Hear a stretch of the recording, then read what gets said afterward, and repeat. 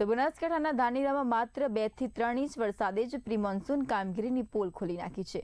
શહેરના અનેક વિસ્તારોમાં વરસાદી પાણી ભરાતા જનજીવન પ્રભાવિત બન્યું છે। ધાનેરા નીનવા હાઈવે પુલના છેડે આવેલું તુલસીનગર બજાર તેમજ અન્ય અનેક વિસ્તારોમાં અને રહેણાંક વિસ્તારોમાં ઘૂંટણસમાં પાણી ભરાતા વાહન ચાલકો અને સ્થાનિકોને ભારે હાલાકીનો સામનો કરવો પડી રહ્યો છે। સ્થાનિકોએ વરસાદી પાણીના નિકાલ માટે તાત્કાલિક અને કાયમી વ્યવસ્થા કરવાની માંગ કરી છે।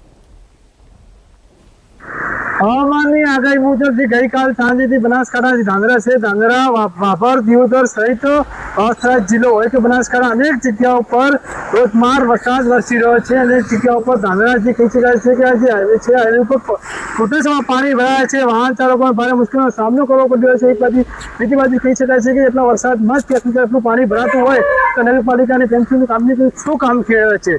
કારણ કે નગરપાલિકાએ એટલા દિવસોથી શું કર્યું હતું કે હજી તો પાણીનો નિકાલ કરવામાં નથી આવતો। ગઈકાલ સાંજેથી વરસાદ વરસી રહ્યો છે, એટલો વરસાદમાં આટલું પાણી છે, વાહન ચાલકો ભારે મુશ્કેલીનો સામનો કરવો પડી રહ્યો છે। કહી શકાય છે કે સોસાયટી હોય કે બસ સ્ટેન્ડમાં અનેક જગ્યાઓ પર ઘૂંટણસમાં પાણી ભરાયા છે। હિંમત મોદી બુલેટિન ઇન્ડિયા બનાસકાંઠા।